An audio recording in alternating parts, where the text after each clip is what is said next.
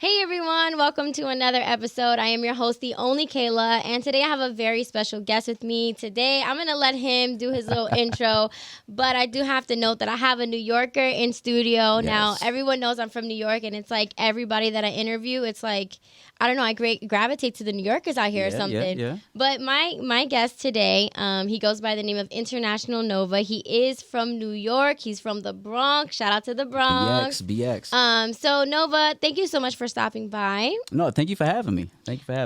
Tell everyone, what is it that you do?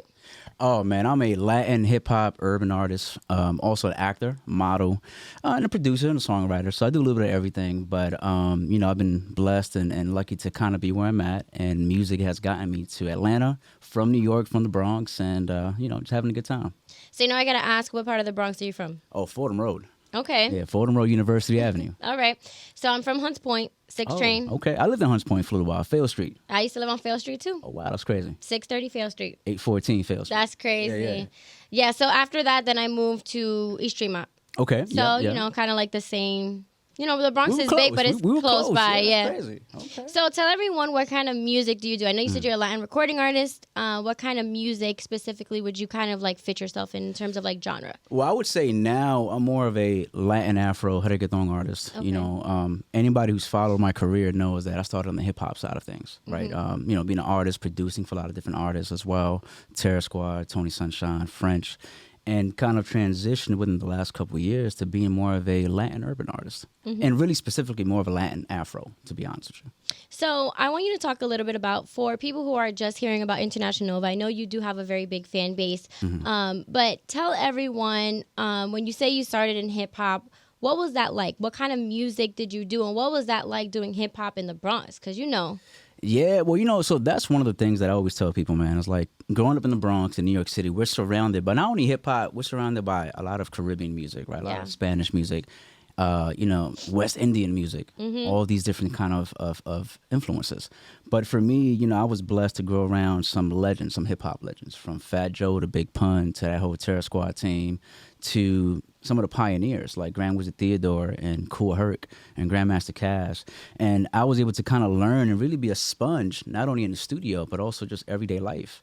And from very young to when I started really doing music, when I was in college, it kind of became something that was second nature to me. You know what I mean? My love for music started with hip hop. It started with Tupac, and it grew from there to now kind of encompassing all these different genres of music, not only Latin music, not only hip hop, but also R&B and Afro, as I stated, and all these kind of different things that just, to me, is what makes up music, what makes me as a person, and is also the universal language.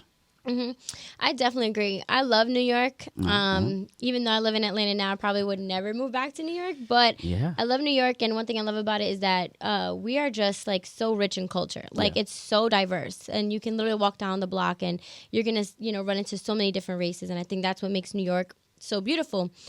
So when it comes to you rapping and like working in hip hop and stuff like that, what would you say for you when you looked back and you're like, wow, like would you say you got your first like big break? Like you knew, okay, I got something here. I'm really talented in this area. So I was lucky, right? Because again, for a long time, I was around a lot of legends. And, it kind of became one of those things that I thought I wasn't good enough to do music, because I'm hanging out with Pun, I'm hanging out with Sunshine and Cube and all these guys back in the days. But if it wasn't for those guys actually pushing me to do music, I would have never done it. Because I just thought, nah, these guys is, they legends. I can't do that. But I was really lucky, man. We got in the studio and we did our first 3 songs. And within our first 3 songs, within 6 months of that, we're in Germany. We're touring in Germany. We're in the UK. We're in Japan. We had a #1 record on the DJ charts in Germany. And from there, they went to Switzerland and different places. And it happened very quick. Like within the first 6 months, we're on tour. You know what I mean? And it got so crazy that within those first few months, we were literally on the road for a year and a half with the same 3 songs. Wow. We didn't even have time to get in the studio and record new records because these records were just moving so fast.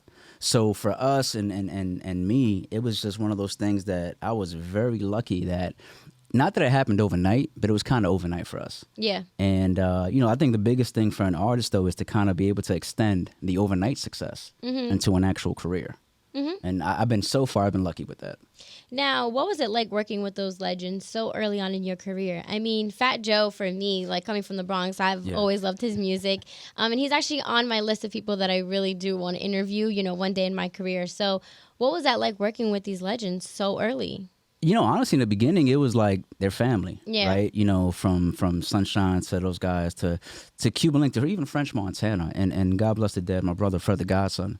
Being able to work with those guys very early on was family. So it really wasn't a business thing as much as being me kind of starstruck in the beginning. Because it's like, okay, you guys are family, but now I'm in the studio with you guys working. And, shout out to Christian Dior, one of my closest friends. We grew up in this thing together. And I remember we had a meeting with G-Unit and 50 Cent one time when they were thinking about doing G-Unit Latino. And I think for me, that's really when it hit us. And when it hit me, because I'm in a meeting with 50 Cent. And I remember one of the things one of the first things they did is we walked into the meeting and 50 literally threw an MTV award at me. He was just joking around, but he was like, "Hey, catch," and just threw the MTV award. And I'm like, nervous. I'm trying to catch the award so it doesn't fall. And he's like, "Man, you good. Like, sit down, relax." You know what I mean? But I think, as an artist, as a kid growing up in the Bronx, working with a lot of these legends, it can be overwhelming. I was lucky that for me, they were family first. Yeah. And then it became more of, okay, let's do a record, let's write, let's produce. So, even now to where I'm at in my career, it's always family first with a lot of these artists and relationships first. I think that's good because for you, it was easier to kind of like break into the industry in terms of like you didn't have the pressure of, okay, like I got to impress these guys or I have to like give them my mixtape or like, like the real hustle of it. You create a relation. I did some of that too, though. I did some of that too. No, I know, but I'm saying like it started off with like a family, a friendship, so you were more comfortable, in having these relationships and things like that. Would you say it was harder back then to break into the industry than it is now, or do you think that a lot of these artists now have it a whole lot easier than back in the day? I think back in the day it was definitely a lot harder, right? I think the internet has made it completely different for artists, right? I think that anybody now with a microphone and a Wi-Fi connection can record a whole album in a crib and release that. I think that in the time that I was a kid, being around these guys till now, is definitely a huge difference. You had to be signed to a major. You had to, be on a label. You had to have some funding behind you to get some of these things to move and your records to really move on. Forget radio. You wasn't getting on radio unless you had a budget for that. And I think that now, as a transition, it's more of the internet allows fans to choose what's hot and what's not. You know what I mean? These streaming sites from Spotify to Apple Music to Tidal and all the smaller ones, they allow the fans to make their own decisions. And I think that that's the biggest difference. I think that still having a major label behind you and a nice budget behind you makes a difference. But ultimately, it comes down to the fans being able to choose, who they want to see win, really. Yeah, no, I agree. And I think also, I agree with that. I think that artists, while I'm sure it's still very hard, it's a lot easier than what you're used to. Like the real thick of it, the real hustle, like you said, outside with your mixtape and like hoping to get in contact with just, 2 seconds with one of these artists. And I think also they have it a lot easier because I think the sound that we're listening to now would not be acceptable back then. I don't think so at all. No, you're right. And especially coming from where we come from. Yeah, where, I don't. Music was quality. You had to be able to actually rap. Yeah. Right? I think you hit that on the head. Like, I think music nowadays, although I will say that as an artist, we have to adapt. We have to of course. Be able to adapt to what's hot right now. But, back in the days, it was completely different. Like, I was playing some music a couple nights ago from when I first saw my first deal and my first album, and I was cringing hearing some of those records because I'm like, damn, I've grown so much as an artist since then. But it all still has a place in history. And it all still has a place in time. And that's one of the things that me as an artist, I'm starting to really understand, right? Because I think, in whatever field of artistry that you're doing, whether you're an artist, whether you're a VJ, a reporter, we kind of cringe at how we first started to where we're at now. But I think that's the beauty. Like, being able to see the progress is the beauty, really. Yeah, I saw this video on YouTube, and it was like artists' first song compared to their artist's biggest hit. Yeah. And I saw it was like Post Malone's first song, Jack Harlow's, and I was like, oh my goodness, right? When you see that, you're like, I'm sure that if we would have heard that, or even them at the time, were probably like, oh, I'm never going to make it. And then you look at Post Malone today and The Weeknd, and you look at Jack Harlow, and you're like, wow, you know, you just have to. You know who's like that? Drake. I remember hearing Drake. I was on a road one time. I had a show in Canada. This is before Drake popped off. And I had somebody played me him and Trey Songz' record. Oh my God! Replacement Girl, that one? Yeah, Replacement Girl. There you go. There you that go. record. And I was like, oh, this is cool. You know, it ain't all that. A little while later, Drake became Drake, and you're like, damn, I should have jumped on that record. You know what's crazy is that's the first time I ever heard about Drake. Yeah. So I never watched Degrassi. I wasn't a big Degrassi fan. But I remember, 106 in Park days. You come home from school, you do your homework, and then you always turn on 106 in Park. That was my source of like new music and stuff as a kid. And I remember they had this little like segment where it was like new song of the day or hot song of the day, something like that. And they had that song, and I was like, wow, like it was catchy, and I was like, who's this guy rapping? It was different compared to the music, the sound that was there, And literally within, I don't know, months or a year, it was just he became Drake. So it was quick. I think Drake always had that talent. I think that sometimes as artists, we need some polishing. Yeah. Right? And I think that once he was able to get with Prince and the whole Young Money team, they was able to polish him. And he became the biggest artist of our time, really, right now. But it just goes to show you, like, if you have that talent, and it may take a year, it may take a couple years, but ultimately talent wins. And I think that he's just a perfect example. Yeah, I agree. He's also number one on my list of people I want to interview. He's actually really cool. I met Drake twice. It wasn't long conversation, but he's actually really cool as a person.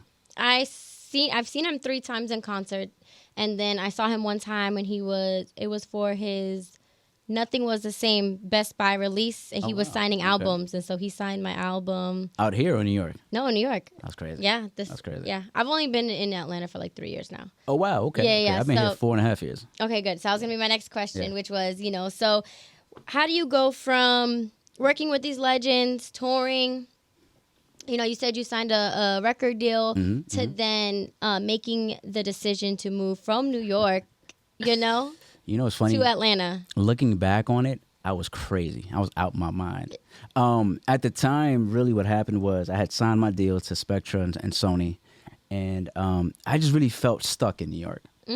At that time, I kind of won every single showcase. I performed in every club, worked with pretty much everybody. But I kind of felt like I hit a wall, And I remember I had never been to Atlanta. But I knew Atlanta was popping. Like, this is where everybody's going to do music. And I woke up one morning and I was like, I think I'm gonna move to Atlanta. And I remember I called Sunshine, and he was like, yo, just do it, bro. Like, if that's what you want to do it. And at the time, I had just worked with the Outlaws, Tupac's group, on my first album. And I ended up, getting like a big brother, little brother relationship with Hussein Fatal. And he was living here at the time. And he was like, yo, you know what? Do it. Like, there's nothing else that you can do in New York. Move out to Atlanta. Matter of fact, once you get here, I got you. And I ended up saying, okay, I'm literally packed up and moved a week later. I took my advance money, moved to Atlanta. And, God bless the dead, Fatal ended up passing away a week later in a car accident. So we never got to finish our album. But, I really do say that he was a huge reason of why I moved out here. You know what I mean? And I was lucky that after I got to Atlanta, Love and Hip Hop happened, the Tupac movie happened. And I was able to kind of, spread my wings and really help advance my career out here. Yeah, I think that's insane that you coming from New York to move to Atlanta, especially if you've never been there before. Never been to Atlanta. Picked up, moved, ended up renting a house off the internet. Luckily, I wasn't scammed, because if y'all moved to Atlanta, city out, ATL is scam central. But I was thought New lucky. York was bad. Yeah, I was lucky, man. There's a complete difference of New York to Atlanta. Yeah, it right. is. We're used to the hustle and bustle. We're used to always being on the road and on the grind. And what I've learned, and was the beauty of Georgia and Atlanta, is that you can actually enjoy life. You can kind of take it slow, It is a transition period. Yes, but once you get over that transition period, I think it's beautiful. So the move to Atlanta makes sense only because obviously while New York is known for hip hop, Atlanta is known for hip hop too. And I feel like Atlanta's been number one for a long time. New York was always number one, but I feel like we had like a drought and Atlanta kind of went to number one. New York has always been top 3, but I think that Atlanta kind of... I'll tell you this. I'll tell you why. I think Atlanta sticks together. There's a lot more unity in Atlanta. I always say that. I moved to Atlanta, didn't know anybody in Atlanta. My first day, I met Bone Crusher. And through Bone Crusher, he became like a big brother to me. And within a week, I'm in the studio with Usher. I'm in the studio with Music Soul Child. I'm in the studio with all these different legends and artists. And I was able to maneuver. Shout out to Miss Deb. Like, I was able to maneuver Atlanta because of Bone. And it was always love. Talk to me a little about Controlla featuring P.D. Pablo. How did that collab come about? And I do want to say congratulations because it has over 1 million digital streams. Yeah, we're at 1.4 right now. That's million. Insane. Thank you. It was crazy. It's funny because, like how we said, Atlanta's the hip hop mecca. Yeah. But it's not really big on Latin music, right? Yes. Sometimes I feel like I'm the only Latin artist in Atlanta. But shout out to there's a lot of artists out here doing their thing though as well. But for a while I felt like it was just me. I came here to do hip hop. For a long time people wanted me to do Latin music and reggaeton, but for me it was about timing. I didn't want to do reggaeton and Latin music just because it's winning right now. I wanted to do it on my own time. And me being Dominican and being from the Bronx, I'm really about my culture. I'm about my ethnicity. I'm about my people. And I know that my people are going to call me out if they think it's about, it's about a check. Right. So I really wanted to take my time in that transition of doing Latin music. And shout out to PD, man, who is a legend. And that's my big brother. I actually met PD through Bone Crusher. And at the time, we was working on a top secret project between those two that I was producing in my studio. And in the midst of producing that project, I started producing PD's whole new album. And he was like, yo, like, you keep doing these records for me. Like, let me do a record for you. And I was like, nah, I'm doing Latin music. I don't think you're going to like it. And he's like, bro, just send me a record, man. And I did Controlla. It was at the time, it wasn't a finished record. I had just had the beat. I'm very big on mumbling and coming up with lyrics later on. And I was getting my hair braided at the time. And I remember that the beat came on my phone and I'm just there mumbling. And I had told the girl, hey, give me 20 minutes. Let me just jump because I got a full studio in my house. I said, let me go downstairs. I'm going to record this real quick. And then, we can come back and finish my hair. So that's exactly what I did. I just did the hook and a first verse. And when PD hit me, he was like, yo, send me a record. I sent him Controlla, which at that time was just half a record. And I was like, he ain't going to like this record. But let me just send it anyway, right? I go to walk the dogs. 25, 30 minutes later, I come back home and he calls me. He's like, yo, check your email. Matter of fact, call me on FaceTime and I want you to listen to it while we're on the phone. And I was like, listen to what? He's like, yeah, I just did the verse. And I'm like, bro, I just sent you the record 20 minutes ago. He's like, yo, just play it. Play it. We got a hit. And I played the record and I was just like, wow. Okay, well, yeah, we're going to put this out tomorrow. And literally put the record out a week later. At the time, I was really nervous because everybody hasn't known me from doing hip hop. And that was my first, and is my first Latin record that I put out. And for me, it was more about, let me just drop this record. Let me see what the people think. I put it out and the record just blew up, and then we kind of repackaged the record, put out just a solo version of me on the record. And, it's been my biggest record of my career. And I think that really goes to show that Latinos are really united people and we support. You know what I mean? And the entire time I was nervous, I was scared. And I thought, this may not work. And it ended up being my biggest record of my career. Even when I thought the record was dead and it wasn't moving anymore, I'm getting phone calls. DJ Self started playing it on Power 105. And now he's playing it all the time and all these different DJs.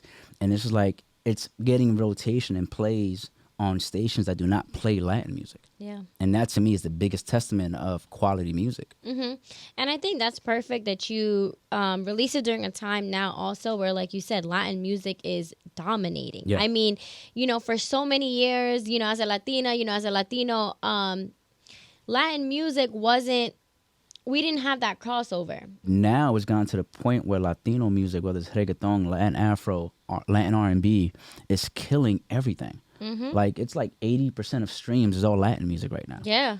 You know, and again, it's a testament to how good our music is, but how much our people are united and support each other. You know, and I think that's something that we can't forget. Like the Latino culture, the Latin music is here to stay. Yeah. And I think that again, is a testament to you releasing Controller, which was your first kind of Latin record, and then it doing so well in streaming, and like the support you got from the Latin community and just from your fan base as well. I mean, speaks for itself. Yeah, it's a blessing. It's a blessing. Yeah, and now you have Dale, which I got an exclusive listen to. Talk to us a little bit about Dale. Yeah, you know, Dale was actually created around the same, actually, I want to say the same week I did Controller. So my album has been done for a while. We've been recording new music, you know, but that main project was all done in about a week. I did 12 songs in 4 days. Wow. And Controller came out of that batch. Dale, I got a couple of really big surprise features on the album. We all did those records in 1 week. And Dale was one of those records that I was like 4 or 5 in the morning. I'm in the studio just going through beats. You know, I do a lot of my own production as well. And Dale was just a record that I just started kind of playing and messing around with. And, you know, my manager at the time walked in. I was like, yo, wait, what was this? And I'm like, it's just, you know, some ideas. And I was about to go to the next record. And he's like, no. Let's go back to that, finish that. And we did the record, finished the record. And I was like, yo, this is special. And, you know, after we did Controller, we're trying to figure out what's going to be the next single. You know, how do you top Controller? And I knew that at the time it got picked for a TV show. So we had did the paperwork, you know, trying to get our publishing and all that together. And I got invited. It wasn't the one I saw you in. It was the one before that, the red carpet before that. And I got invited to go to Covenant, which is an AMC all-black TV show. And I'm in the theater, and Dale starts playing. That's crazy. And I'm in the seats like, who's playing my song? And not realizing it's on the actual screen, like the big screen. And I was like, oh, this is the show that they was telling me about. So it was super dope because I really felt like a fan. I felt like a little kid at that time. It's like, wow, okay. And Remy was there, and I didn't see Remy in years. So I had just happened to walk by, and Remy's assistant stopped me. He was like, yo, Nova, come here. Because he knew who I was. And he's like, Remy, who's that? And she was like, you look so familiar. Who are you? And I was like, Nova. She was like, Nova, Sunshine's little brother? And I'm like, yeah. She's like, oh my God, you're not little no more. Like, how you been? Wow. So we started catching up. And I was like, yo, did you like the Spanish record on the show? And she was like, yeah, that was dope. I was like, yeah, that's me. She was like, really? What? You doing Spanish now? And it was so dope because I think that it's catching people off guard.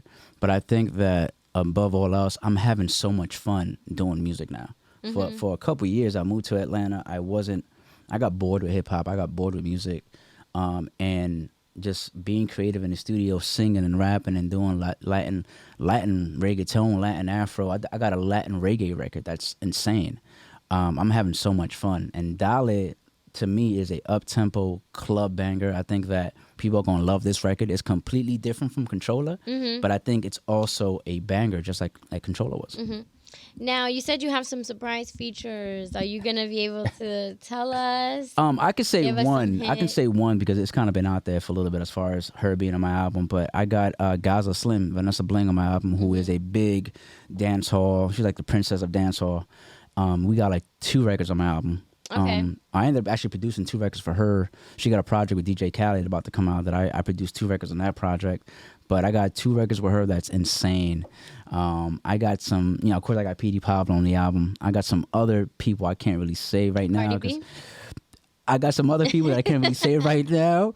But shout out to Cardi because I got a phone call one day, man, and they were like, yo, do you know Cardi? And I was like, well, I know Cardi from the Bronx back in the day, but I don't know her like that. And they were like, yo, she's a big fan. Like, she's been playing Controller nonstop, this, and that. And I was like, yo, that's so dope because I tell people all the time, Cardi, for one, being Dominican and being from the Bronx has done a lot for our culture and our people. We never really had a strong foothold in the pop world for Dominican. Cardi became that. But what I love about Cardi was that she's able to do hip-hop and do reggaeton and do Latin music in a whole different way. Yeah. When hip-hop wants a Latin flavor on a record, they call Cardi. When reggaeton and the Latin artists want a hip-hop flavor, they call Cardi. And I've always said I want to be the male version of that. So to go from that to being told, yo, she's a huge fan of your music, it's to me was like mind boggling. And you mentioned that Dale is set to release sometime in February. Do you have a release date for your album just yet? No, so we're dropping Dale February 4th. Again, it's an exclusive. I haven't told anybody else about that, but we're dropping Dale February 4th. We're hoping to have the album out perhaps in July. Okay. You know, I want to drop summer drop. I'm looking to drop a few singles this year. Okay. You know, Controller kind of was the only record I put out all of 2021. 2022 is going to be different. We're going to drop pretty much a single every couple of months. That's good. I mean, it did so well. Yeah, it did great, but I feel like it's kind of like, okay, we want more. And I feel like we have so many dope records just sitting that I want to put it out for the people. You know what I mean? But I think that's also a good place to be in, where people want more, as opposed to they're like, as long as that demand is we don't there. Like yeah, it. Yeah, exactly. So now you are Dominican, Yes, and you are making Latin records. Do you think you'll ever do a dembow record?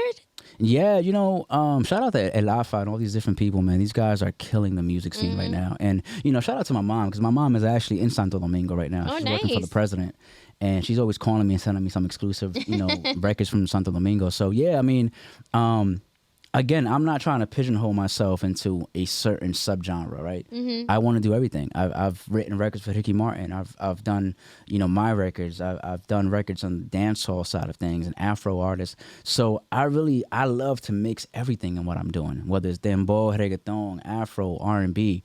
I'm doing a little bit of everything in this album, and I think that, it's different because I'm me. I'm not trying to sound like anybody else. I'm not trying to be the next Ozuna, the next Anuel. Those guys are amazing at what they do. I want to be the first international Nova. And, I think that slowly we're getting there. Yeah, for sure. I think that you've already made a name for yourself being in the industry for all these years. And then now I think you're making an even bigger name for yourself now that you've kind of, I don't know if you want to say transition, but kind of mixing the cultures, because you still do hip hop, but you're just incorporating a different sound. I think. Yeah. I mean, a blend, right? I'm really blending all these different genres, but really I consider myself a Latin urban artist at this point in my career. I love hip hop. I will always love hip hop, but the fun that I'm having creating this music right now, I've never had this much fun in my entire career. Who is your ideal feature on the hip hop side?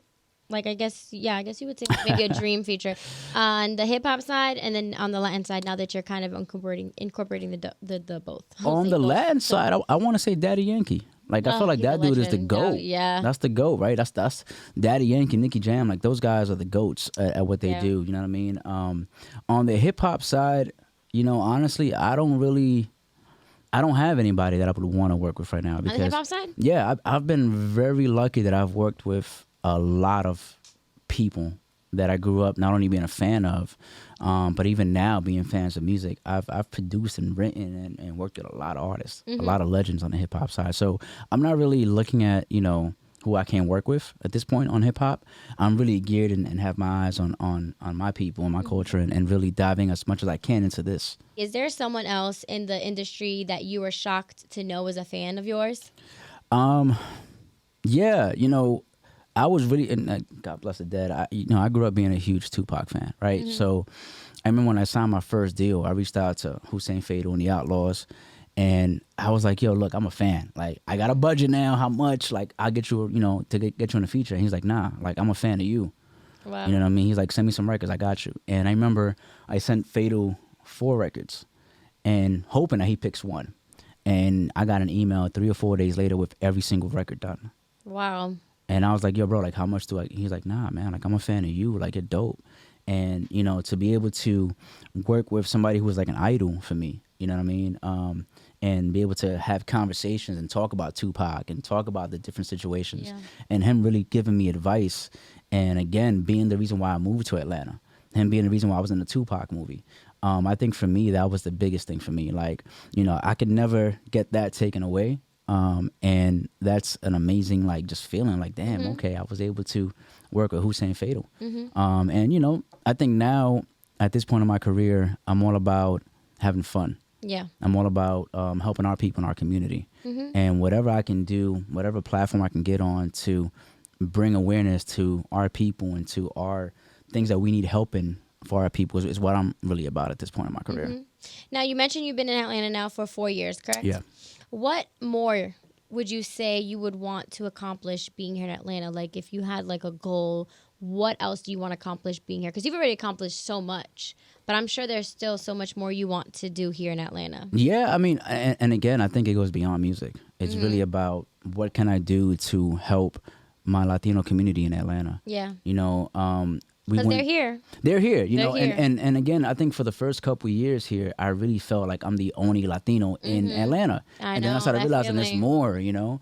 But I think because of the circle that I was in with the people that I was working with, they made it seem like I was the only Latino in Atlanta. But there's a whole bunch of us here, man. They are. And we went to a concert 2 weeks ago. I think you went to the concert too. Raul's concert. He went to Raul. I covered Raul at Vibra Urbana in Miami. That's what it was. Okay. Yeah. But we went to Raul's concert and we had so much fun. I'm a fan of his. I think he's super dope. Yeah, I'm a huge fan of Raul. And I was like, yo, there's really that many Latinos here. Yeah. Right? Because coming from New York, all we see is Latinos, right? Coming from the Bronx is all Dominican and Puerto Rican. So it was a huge transition. But I feel like for me, again, it's really about more than music. I really want to give back to my people, to my community. And, you know, we're working on some things this year as far as a International Nova Foundation. We're trying to do a music school in Santo Domingo. Wow. And again, it's really about helping my people. That's really what I'm about right now. I think the music is there. It's going to continue to be there by the grace of God. But I think that if I can't use the celebrity that I have and the platform that I have to help our people, then I'm not doing that. The way I wrap up my interviews is I play a fun little game called 5 Questions Nobody Ever Asks. So it's a rapid fire segment. I'm going to ask you 5 questions. Let's do it. All right. So question number 1 is, I ask this to everybody, who is the most famous contact in your phone? Oh, man. In my phone, the most famous contact would have to be probably Ray J. Ray J? Yeah. Okay, that's a big contact. Yeah, probably Ray J. And I hear he's always here too. Yes. Okay, so that's cool. Question number 2, who do you think had the number 1 album in 2021? That's a good question. We had a lot of heat this past year, let me tell you. Wow. Who do you think had the number 1 album in 2021? Wow, that's a really hard one. Really because my music library is all over the place. Yeah. Right? And I really been stuck into the Latin side of things. You can pick a Latin album if you want. Or Nas' album. Okay, that was a good album. Yeah. Question number 3, who was your celebrity crush? Wow. I don't know. As a kid, I want to say Megan Good was my celebrity crush. Okay, we'll go with Megan Good when we'll you're go younger. Megan Good. Okay. Yeah. Question number 4, favorite go-to Atlanta spot to eat at? Fellini's. Fellini's. I love Fellini's. Question number 5, what is your 2022 resolution? To take over the world. Take over the world. You know, I think that one of my biggest things within the last couple of years was staying motivated to be in the gym. And we've been in the gym like every day for the last 2 months. So that's good. Congratulations. That's kind of going, you know. That's been my goal for like every year. Yeah, like it's hard for me because I go for a while and then I kind of get unmotivated. Yeah. Or I start to get lazy. But we've been in there every day for like the last 2 months. So I would say that's kind of going. But really, my resolution is to just help my people, man. And really, you know, continue doing what I'm doing and using that to help our people. That's really my resolution. Awesome. Well, thank you so much for stopping by Mega Atlanta Radio. We really appreciate it. And guys, make sure to be on the lookout for his album, which is dropping this year, and Dale, which is dropping in February. Yeah, you know what? I'm gonna give you one more exclusive. My album is actually gonna be called Giovanni. Really? Yeah. Wow. So why Giovanni? That's my first name. Oh, really? Yeah, it's my first name. Nova's my last name, but Giovanni's my first name. And for a long time, I had no idea what I wanted to call my album, and it just hit me a couple nights ago with Giovanni. That's awesome. So yeah. Awesome. Well, be on the lookout for Giovanni dropping this in the summer. Yes, definitely. Awesome. Well, thank you so much again. Thank you for having me. I wish you all the best and success in the world, and you know, a healthy and happy 2022. Thank you.